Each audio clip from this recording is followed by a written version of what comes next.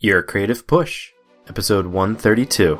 Between the bookends of birth and death, what are you going to do with your time that gets you up and inspires you on a daily basis?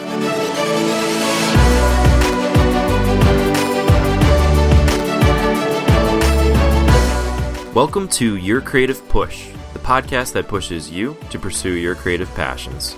I'm your host, Youngman Brown, and my guest today is Brendan O'Connell. Brendan paints everyday America at this moment of transition. Dubbed by the media as the Walmart Warhol, he paints the everyday through retail, focusing on interior architecture, people, and brands. Brendan has been profiled in The New Yorker and on the Sunday morning CBS, and has been a guest on the Colbert Report and featured in Time magazine.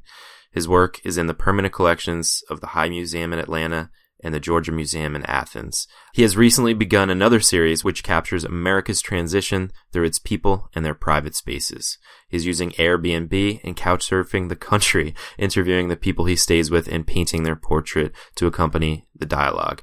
And Brendan, first of all, thank you so much for coming on the show. I was wondering, how long have you been doing this Airbnb thing, and how often are you actually staying with, somebody?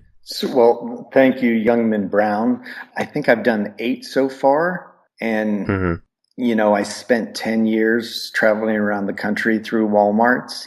So I'm figuring I have been waiting for what the next big idea was. And so I'm not saying it's going to be 10 years long, but it definitely just began. So we're still in the phase of building the ark as we sail it. That's so cool. When you stay with somebody, do you contact them beforehand and are they always on board for this project? Well, if you trolled through my correspondence through the Airbnb app, you would see that I get a number of rejections, and then I don't stay with them because I might as well stay with somebody who's willing to play. Exactly. Do you have any cool stories so far? So far it's been this weird range of, most of the people so far have been born in the 80s, and some of the people have been born in the 50s, and I was born in the late 60s. And so we've had a little bit of a range, and a little bit of a range in socioeconomic zone, which that's part of what I find interesting about the Walmarts, and also this is you think you're just attacking the lower economic zone, but there are a lot of higher economic brackets within those. Absolutely. And specifically with the Walmart thing, I think Walmart's this central hub that just everybody knows what it is, and it's just everybody's been to a Walmart pretty much, and you just kind of know what it's like. So how did you start doing that, essentially?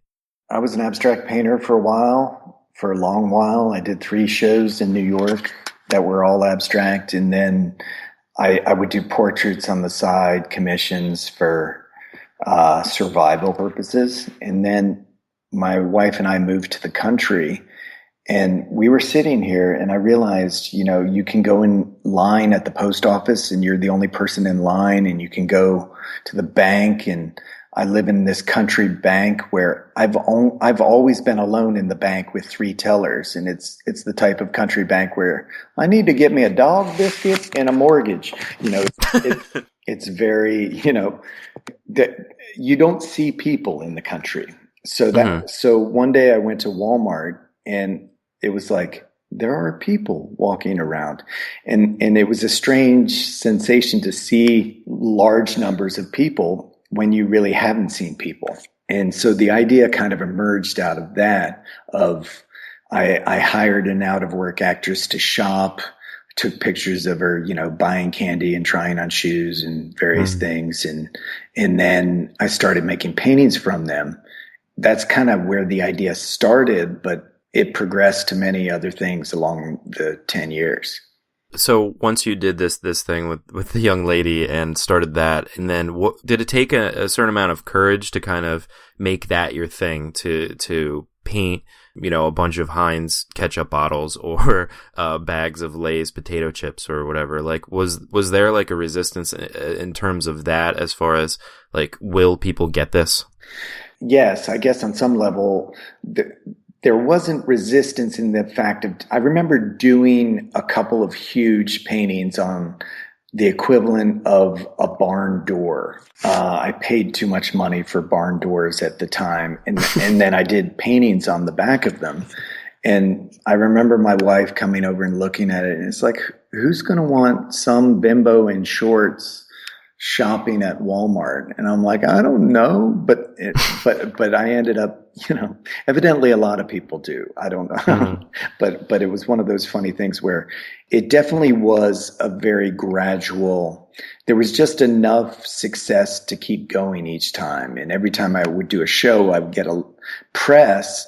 But nothing happened significantly till like 2010, which was 5-6 years after I started doing the photos. Mm. One of the questions I was going to ask is, like, some of these pieces are going from I don't know what the range. I think it's like between $1,000 and $40,000, right? That's a safe wide range. Okay, so I mean, you did do that before they were getting kind of notoriety, but my question was going to be, if you weren't making that, would you still like continue to do this? Like, would you still continue to make the Walmart paintings? Well, I had been I'm sure at some juncture I would be shifting some of my focus regardless of attention or not attention. Do you know what I mean? Yep. The irony is, once I got a lot of attention for it, I would get emails from artists saying, when are you going to do something else? Like what? And it was like, I did this for 8 years in obscurity. Can I have 10 minutes? Yeah. Give me a second. So, because I wasn't really sure what I was going to do next. And I kept thinking about, how do I get from people's, and the Airbnb idea, I kind of had indirectly 2 years before, when I was thinking about, what if I followed someone home from the produce section and painted them in their living room and kind of really got a sense of their world? In fact, the Boston Globe, Jeff Edgers wrote a great piece in the Boston Globe. He's now the Washington Arts correspondent. I sort of pitched him this idea of, I'd like to follow somebody home, get the sense of their world and paint them in their living room. And the problem is, there's a creep factor in that. You can't just, hey, I met you at Walmart and I want to follow you home and put on something nice. I'll be there in 10 minutes. Or nothing at all. So Airbnb becomes this very natural place where you can, because it's sanctified through a transaction, we're okay with it. It's like, we don't want our mother-in-law to come stay with us, but any stranger with $100 can have the guest room. Yeah.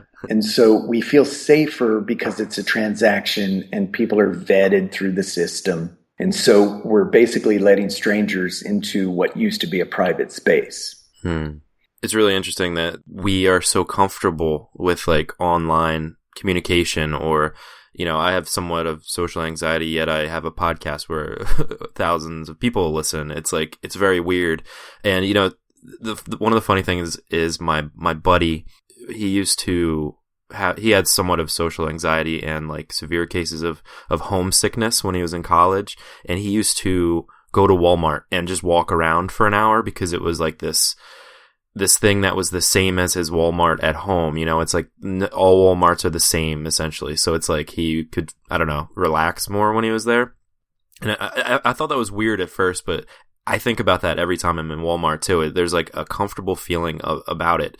And the other interesting thing is that you're walking around with other human beings that you normally wouldn't interact with. And there's not necessarily interaction that happens, but you are still in this kind of place with them. It's like, I don't know, it's like this sanctuary almost, where like everything, you're safe, and you can be with other people, like, but you go back to your apartment and you live with hundreds of other people just one wall away, yet you never interact with them. It's just like this really interesting place. Also, if you think about, there's only Barnes & Noble left, but, in a couple of years, people are going to lament that Barnes & Noble went away. That's why they're selling more toys than books. But if you picture my grandkids saying, there used to be this store that that Grandpa would take us to, and there was you could buy a bicycle and a loaf of bread, but because as we go more and more online, in some ways, it's the last public space. It's definitely the most visited interior architecture on the planet. And so I found that interesting, and I found the fact that most people considered it the least artistic place on earth, that if I could make art out of the least artistic place on earth, I would be doing something in my mind that felt significant.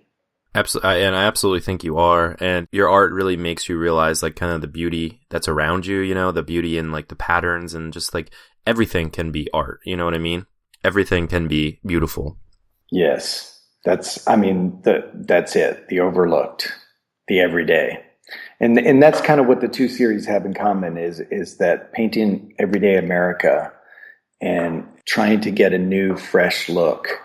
And also not trying to, because of what I do and because of the moniker Walmart Warhol, people think of it that the works might be less painterly than they are. Yeah, it has like a stigma that I think I think that you're breaking. So good job. Thank you. I was wondering, could you take us back to your first or one of your first creative moments and tell us that story? So what decade were you born? I was born in 1985. Okay. So I'm like almost 2 decades older than you. So think back to the 70s before you were born, and there was no cell phone. There were no DVD players in the car. There were no distractions of that order. How did you survive? It was really a terrible time, but my dad used to like to take 15-hour drives with the family to Texas from Atlanta. And I'd be in the back of like a stuffed tomato in between 2 suitcases. This is before car seats and seat belts.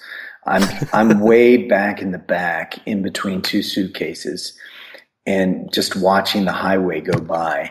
And I would tell myself these stories, and I would make up stories, and most of which where my family was killed and I became an orphan, and how did I survive? But my family will be happy to hear that. But the idea of where you would just start creating a self-mythology. And I was very young. I must have been 4, 5, 6 years old. So I would say in some ways that was the most earliest creative thing. Does that count?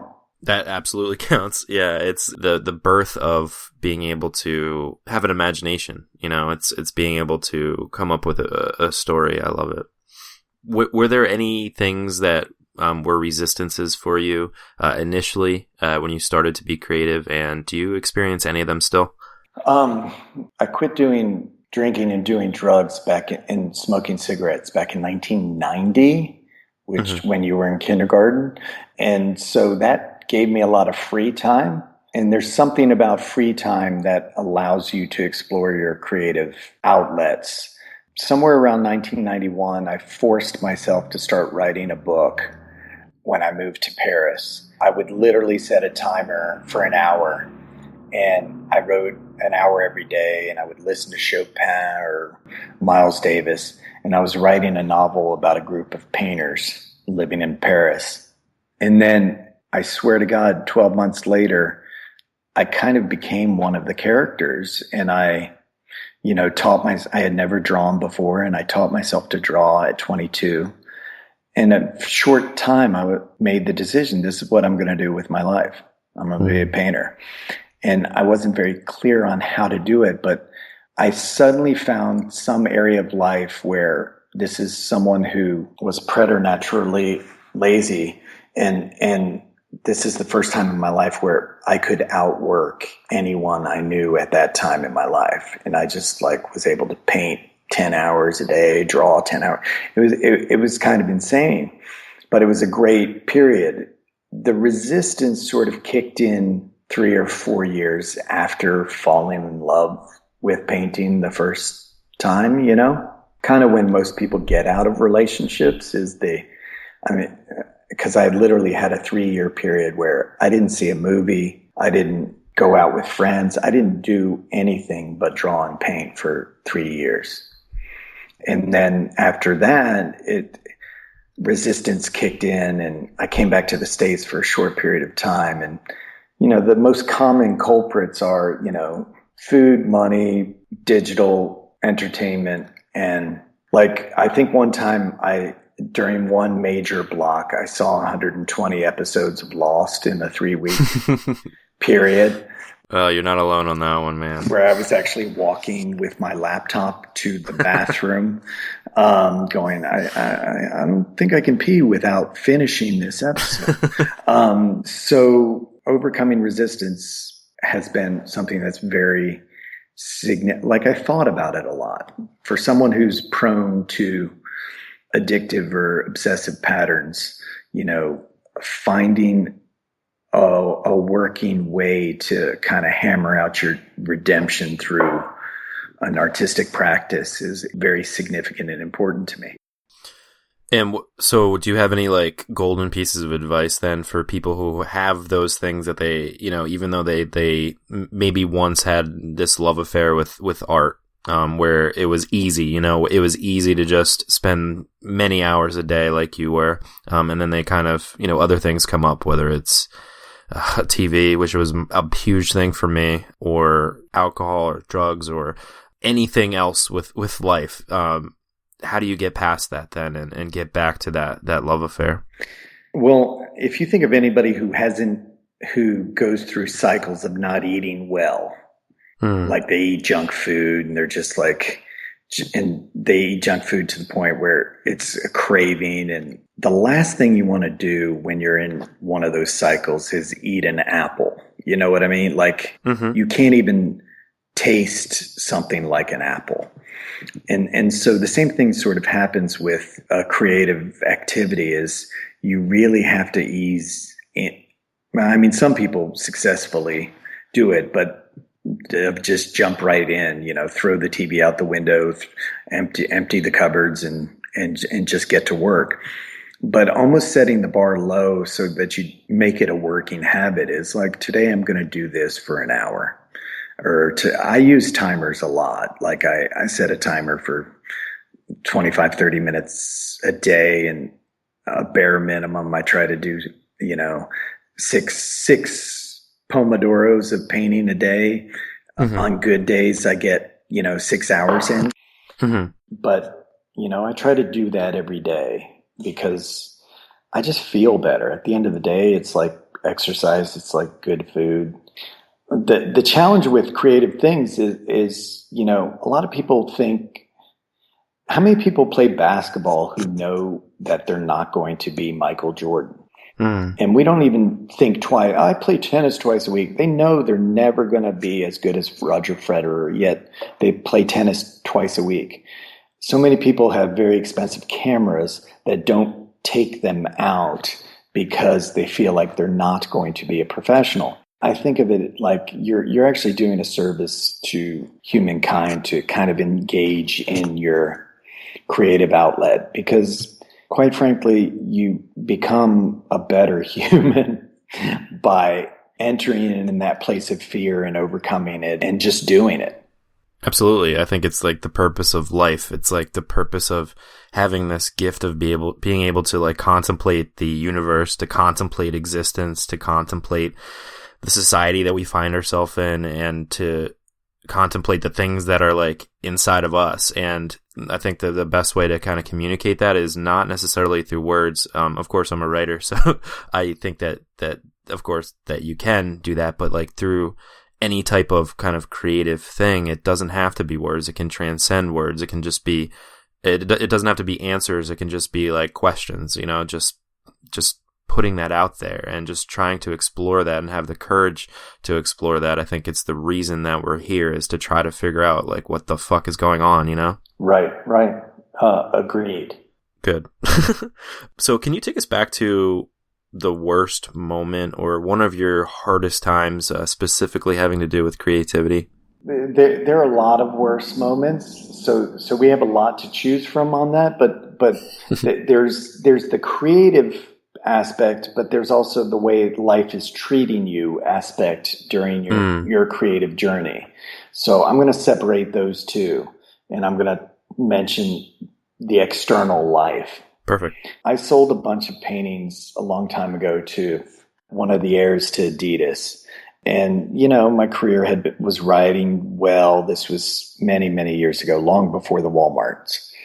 And then I it dog-legged, let's put it that way. And I had introduced my brother, who has a huge landscaping company, to this family that bought all these paintings. And he ended up becoming their landscaper.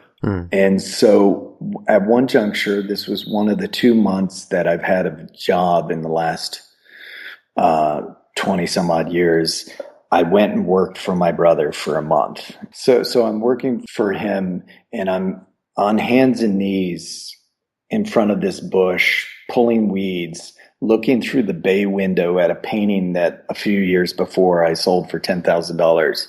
And I'm thinking, being an artist, this is the path of downward nobility. Like everybody's improving their station in life and going mobily upward, and I'm going downwardly noble.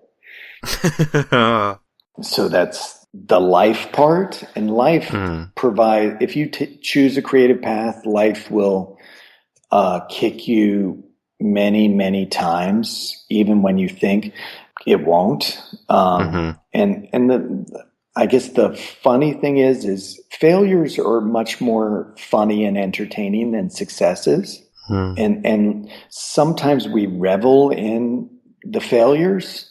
And I definitely get more laughs from the failures than I do from, and then I was on the Colbert show. Like, no one thinks that's right. Your successes aren't things that people laugh at. They may appreciate or they may envy, but they don't laugh at them as frequently. Yeah, I think I think that's because you can make more connections with failures because everybody fails, and that's where you learn. That's where you become a success, is through the failures. And I think that's why, stand-up comedians are so successful, and that's why comedy is there, because it's easier to connect with those follies, with with when you're down and out, because, you obviously you made it through that. And I think that's why the failures are the better stories. But that's a good one, man. What kind of lesson did you take from that point on, and to propel yourself upward again? Well, the irony is I actually did a show 2 weeks after that in Atlanta at this gallery, and the woman had a nervous breakdown 2 days before the opening, and she was like... Which woman? The woman who owned the gallery. I got you. And so I said, should we have this one here or this one there? Like, I asked her one question. She was like, I don't care. I hate all of the paintings. Oh. And I was thinking, if I had a penny to my name, I would put them all in a U-Haul and drive away this instant.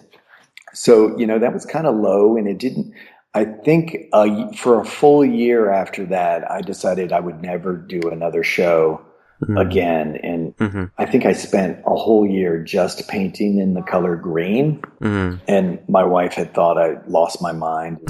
She would bring these people over to the studio hoping that they would buy one of my older paintings because all I was doing was green. The irony is I just kept selling these green. I have 3 of those green paintings left, but there was a phrase that Flannery O'Connor, Southern writer, also from Georgia, said. She said, "You can write a novel in hopes of making a lot of money or in hopes of saving your soul, but you need one of those two hopes to keep on going." And so sometimes I made things thinking I was going to make money, and sometimes I made things thinking I was saving my soul. And it's funny, the amount of money you actually make has no bearing on the hope that you had beforehand. Right. And what did the green represent? Money? No. I had been to Thailand, and I loved the water, and I loved organic shapes, and so I was just very obsessed. I felt like green had a lot of mystery that a lot of artists had explored blue and pink and red and the primary colors, but I felt like nobody had really done a full-on address on green, so I was obsessed. Cool. Well, that's awesome. And yeah, I think you're right. That's a awesome quote that, yeah, you can do it for money, or you can try to do it to save your soul. And I think that the latter is the thing that you should be focusing on, I guess, the most, especially starting out, is, not to save your soul, but to even just figure out what your soul is, to figure out what it's all about, before you start worrying about the former. Well, I have this artist talk that I gave to different art organizations, and the truth is there are only a few reasons why people become artists of any kind. On the one hand, they feel like it's their calling or their purpose. On the other hand, they like to express themselves. And then the other ones are, fame, sex, money, like all the above, or a combination of those. So there aren't that many reasons that people really kind of go down this path that there really isn't. It's not really on the menu. When you grow up in the suburbs of America, artist isn't really one of those. I guess it's becoming more so, but definitely wasn't when I was growing up. Yeah, and that's why it takes a certain amount of courage to follow that path, because the money part definitely isn't something that is initially there. It's not like a get-rich-quick scheme at all. That's why it takes definitely a lot of courage to go for it. Yes, or stupidity, but yes. One of the two. Well, so you mentioned your worst moment. Do you have like a best moment? I love those serendipitous moments where you kind of don't really know, I mean, if we also go in the direction of external life part, I won the equivalent of the lottery by getting profiled in the New Yorker. Mm-hmm. And then Susan Orlean did this great piece on me, and the first phone call I got was from the Colbert Report. And, I thought it was one of my friends just messing with me, but it's actually them. And so that was definitely very cool. And then, 4 years later, I'm in a small town on a Bahamian island, and I'm walking down the street, and Stephen Colbert walks by. And I went up to him, and I was able to thank him for having me on the show and giving me the Colbert bump. Right. That kind of serendipity, I love that you can't plan for that. Yeah, and you also have to be ready for it too.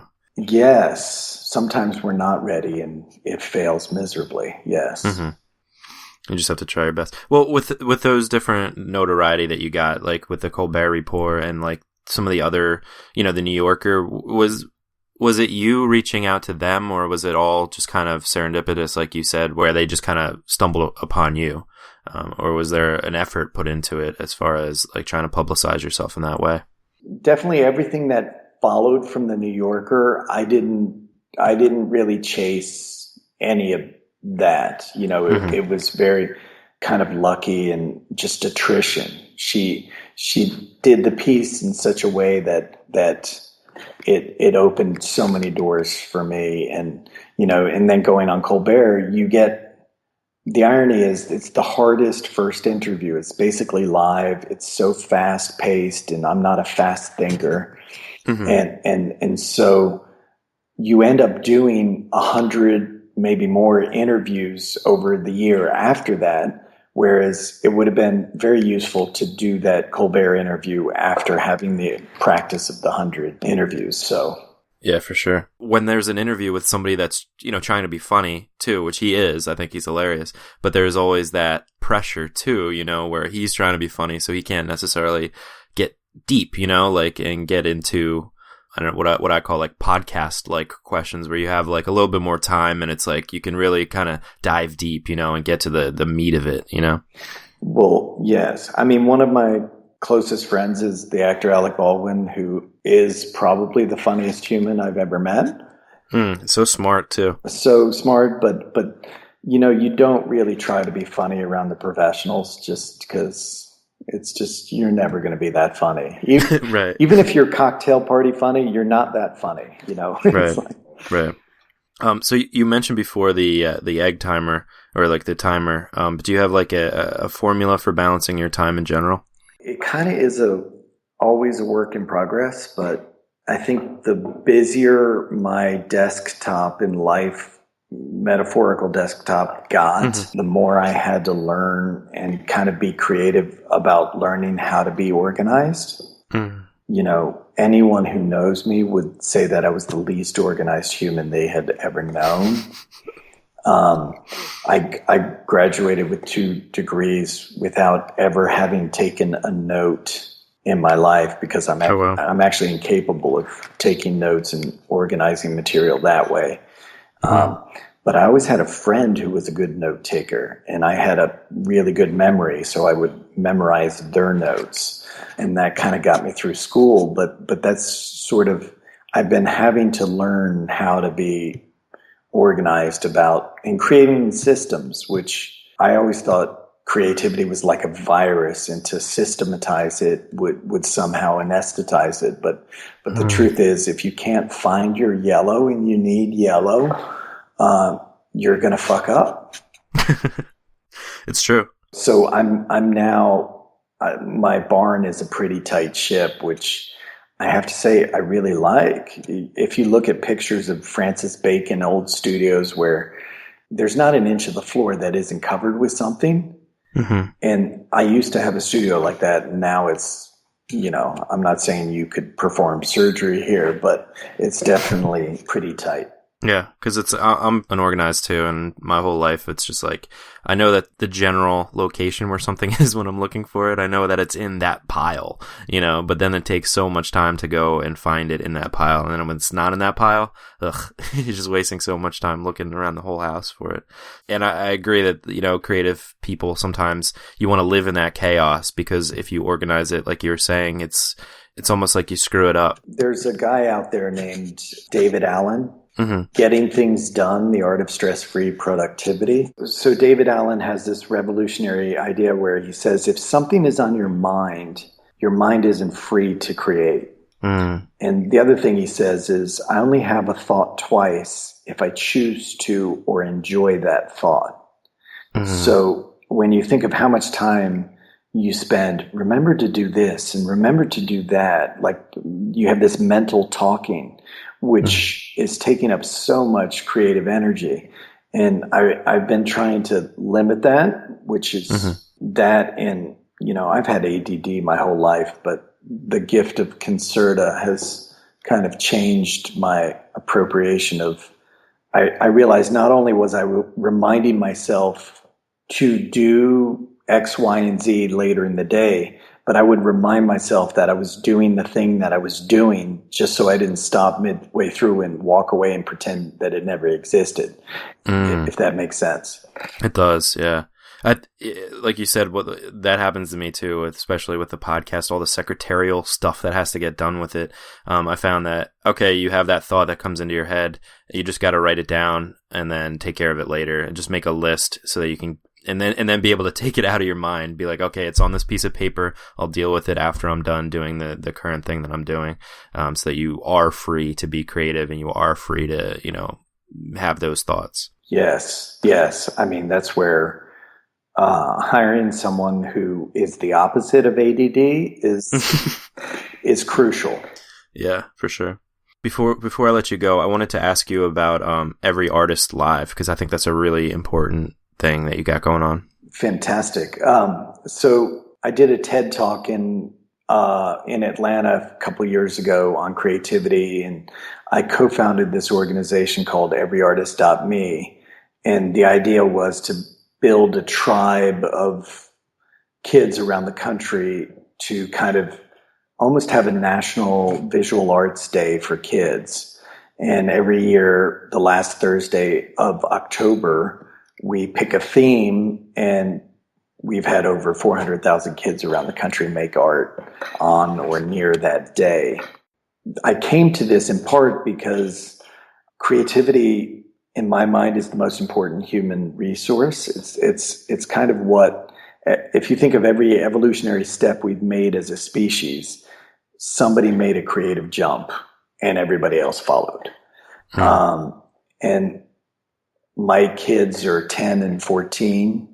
And 10 years from now, they're going to inherit a world in some ways that doesn't even exist yet. So like teaching them to be creative thinkers and collaborators is going to be the most important tool for survival and thriving in the next 30, 40 years. And yet so much of our youth time, I spent in the back of a station wagon with idle time. We kind of avoid boredom and we avoid that empty space where you have to fill it with your own creativity. So that was part of the purpose of Every Artist Live, was to kind of get kids to be making marks on a page and thinking things through in a visual way and a tactile way as opposed to through tech. Yeah, I love the mission. And I also think that, it's really important for young people to, and older people who are working with their creativity to just have that courage to, like you said, that the new world doesn't exist yet. And if we keep doing the same thing, that other people are doing, then we won't have that innovation. And it's just having that bravery to just stand out from other people. And that's why I think that your Walmart art specifically is like so inspiring, because it's just, you're doing something that nobody has done before, but it just makes so much sense, Well, thank you. And I think you're tapping into a zone which, everybody wants to figure out how to make their life work better. But I would say people of an artistic nature have both the capacity to be more discontented or happier, depending on their ability to kind of integrate a creative habit in their life. Absolutely. Okay, Brendan, it's time for the final push. And this is where I ask you to reach to the microphone and grab the shoulder of one of the listeners that you've already really inspired today, and just give them your best words of advice and really push them to pursue their creative passions. There's this element where we're all going to die. It might be 10 years, 10 days, 10 decades from now, but you're going to die. And we are. I'm going to break it to you now. So it's like between the bookends of life and death, birth and death, what are you going to do with your time that gets you up and inspires you on a daily basis? An artist needs three things: a long-term vision, something that inspires them to get up and do it today, and enough cash to keep going. Like it's that simple. Don't run out of cash, get inspired for today, and have a long-term vision of the direction you want to be going. It's as simple as that. Yeah, just those three things. Sometimes one of those things isn't there and it's not that simple anymore. But if you're able to have those three things, then it's just like there's really no excuse. Just go for it. Well, definitely the part of something that juices you today is probably the most important of the three. And then, you can live on the fumes of that and get cash to work tomorrow. But, that would be the order: juice for today, cash, and then long-term vision. I love it. Well, thank you, Youngman Brown. Brendan, thank you, man, so much for coming on the show. This is quite the honor, and I really appreciate you taking the time to come on to inspire us. No, this has been great. I appreciate it, and have a great day. You too, man. Okay, bye. Oh my gosh, such a good conversation with Brendan. This was one of the interviews that I was pretty nervous about, actually. I really feel like I just dig his stuff so much. I really appreciate what he's doing. I think he's a visionary, and I really respect everything that he thinks about the creative process, and especially what he's doing for kids with the Every Artist Live program. And again, you can find all the resources we talked about. There's a bunch for this episode. Every Artist Live, you can find out about his TED Talk, the Colbert Report clip, which is awesome, and many other interviews, both written and video. And they'll all be linked up at the show notes page at yourcreativepush.com/Brendan O'Connell or yourcreativepush.com/132. And of course, his art will be there as well for you to check out. And one of the things that really stuck with me after our talk was what he said there at the end about how an artist or a creative person only needs 3 things: a long-term vision, something that inspires them to get up every day and to do it every day, and just enough cash to keep them going. And really just think about those 3 things, write them down, and underneath, write down just a check mark if you already have that. And the first 2 things, a long-term vision and also the thing that gets you up every day, those things come with just practice. Those things come with just doing it every day and just creating a habit of doing it. They come naturally. You figure out what those 2 things are. And the more you do it, the more you'll be inspired to get up and do it. And once you do find that long-term vision, that long-term goal of what you want to accomplish with your creative endeavor, that makes the second thing so much easier because it's so easy to get up and to do it every day if you have this long-term goal. So those 2 things come hand in hand, and then it's just about that stupid thing that's money, and you can figure that out too. You might not live as comfortably as you want, but you could do it. You could definitely do it. So just something to think about, and I just really appreciate him simplifying it to those 3 things, because I can't think of anything else that a creative person needs to be creatively fulfilled, to, as he said, fill those bookends between birth and death with something meaningful.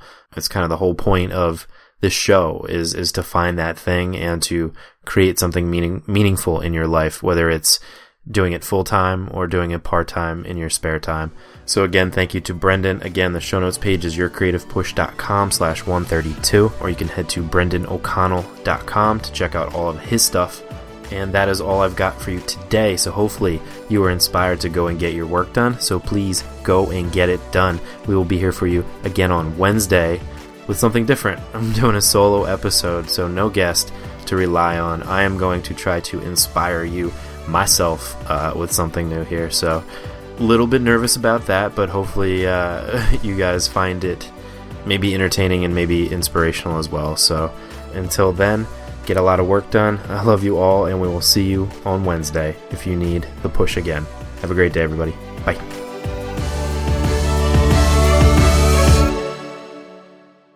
Never miss a push. Head to yourcreativepush.com/subscribe to find the easiest way for you to subscribe to the podcast.